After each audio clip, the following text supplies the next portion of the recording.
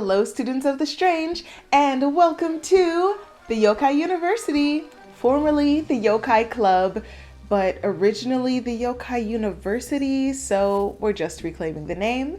I am your local non-binary fairy and spooky sensei, Mari. At the Yokai University, we have a wide range of courses, and in this class, Yokai 101, we'll learn about different yokai and their history. We'll also have short club meetings about our mysterious monsters. If you're not familiar with yokai, you can watch this video here, but to keep it short and simple, yokai are Japanese spirits or monsters or myths or legends. Much like today's yokai, our class mysteriously disappeared for a while, but we're back like an auspicious beast to bless you with new lessons. Since we're pulling a comeback, we're going to talk about 2 yokai instead of 1 to make it an extra special day. We're kicking off our first Yokai 101 with inspiration from the re-release of The Little Mermaid and one of our favorite yokai. You might not be surprised to find out that Japan has mermaidish variants, but sweet Amabie doesn't look anything like everyone's favorite red-haired half-fish. Though they do both have long hair, that's where the similarities stop.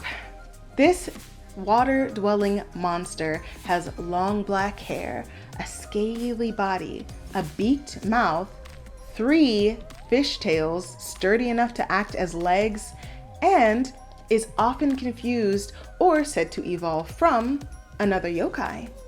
Now, if Amabie washed up on Prince Eric's beach instead, The Little Mermaid would have ended very differently.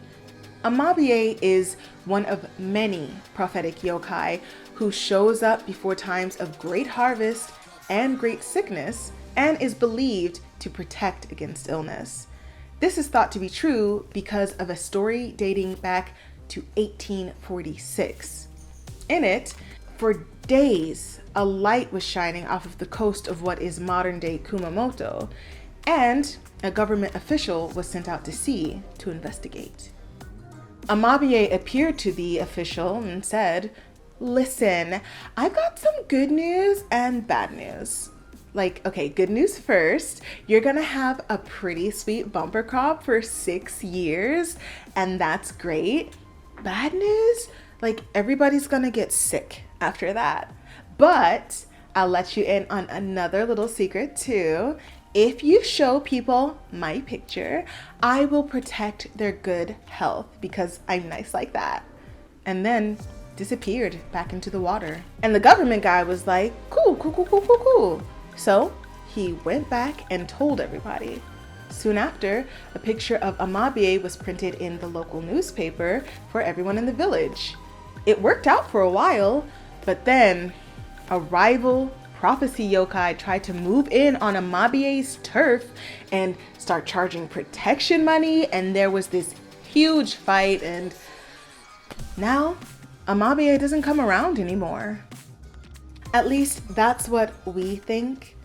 While we're probably the only one who believes that Amabie is for the streets, there is another theory that they're actually just a different yokai's new identity, which brings us to our next prophetic friend and their strikingly similar, everything. In 1843, 3 years before Amabie's appearance, there was talk of a furry 3-legged creature in the same province called Amabiko, who had the same story of fortune, disease, and pictures as Amabie. Unlike Amabie, Amabiko's body is covered with thick fur, and they have large round eyes and a prominent mouth. Amabiko also made more prophetic appearances and may have been more popular in that period as well. One reason for the mix-up could be that the A and Ko characters got confused when writing.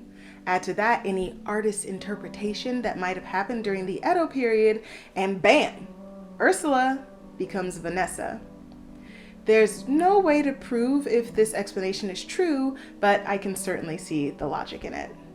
Before we end today's lesson, we wanted to mention some of the cool places that you can find Amabie today. One of our favorite Japanese manga artists, Ito Junji, drew his take on this magical monster that truly warms the heart. And you can find them in Gegege no Kitaro, and there's even an Amabie Yu-Gi-Oh card. Now Amabie is finally getting all of the attention they missed out on when Amabiko was around. And for those of you wondering, yes, we did go see the live action Little Mermaid with some friends, and I gotta say, that under the sea scene was like a Lisa Frank wet dream.